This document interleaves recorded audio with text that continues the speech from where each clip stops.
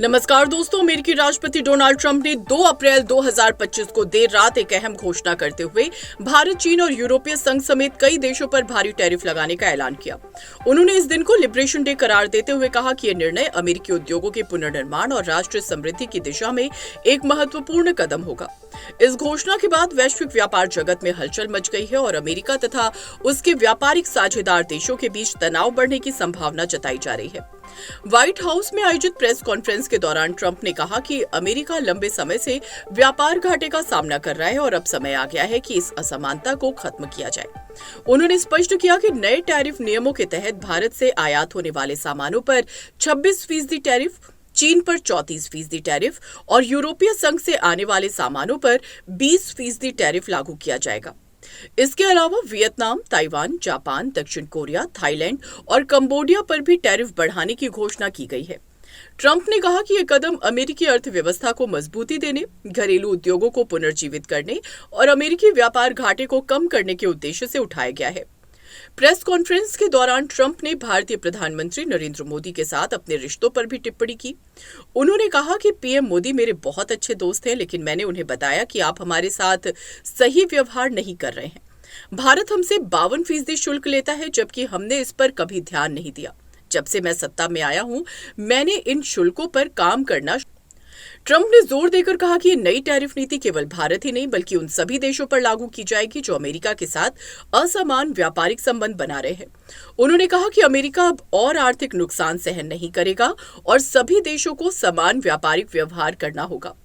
Trump ने कहा कि फैसला अमेरिका की व्यापारिक नीतियों को मजबूत करने और विदेशी बाजारों में प्रतिस्पर्धा बढ़ाने के लिए लिया गया है।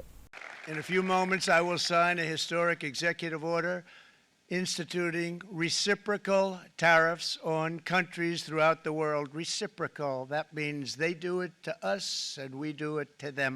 Very simple, can't get any simpler than that. This is one of the most important days, in my opinion, in American history. It's our declaration of economic independence. For years, hardworking American citizens were forced to sit on the sidelines as other nations got rich and powerful, much of it at our expense. But now it's our turn to prosper, and in so doing, use trillions and trillions of dollars to reduce our taxes and pay down our national debt, and it'll all happen very quickly. With today's action, we are finally going to be able to make America great again, greater than ever before.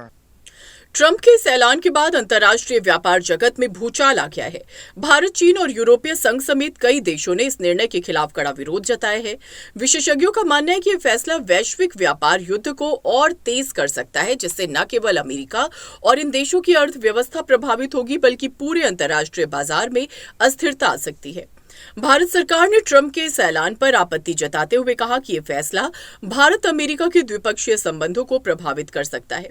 भारतीय वाणिज्य मंत्रालय के एक वरिष्ठ अधिकारी ने कहा कि भारत जल्द ही इस पर उचित प्रतिक्रिया देगा और काउंटर मेजर पर विचार कर रहा है। वहीं चीन ने भी इस फैसले को अनुचित और आक्रामक करार देते हुए अमेरिका के खिलाफ आर्थिक जवाबी कार्रवाई की चेतावनी दी है। इस फैसले के बाद अब सभी की नजरें भारत और अन्य प्रभावित देशों की आधिकारिक प्रतिक्रिया पर टिकी हैं।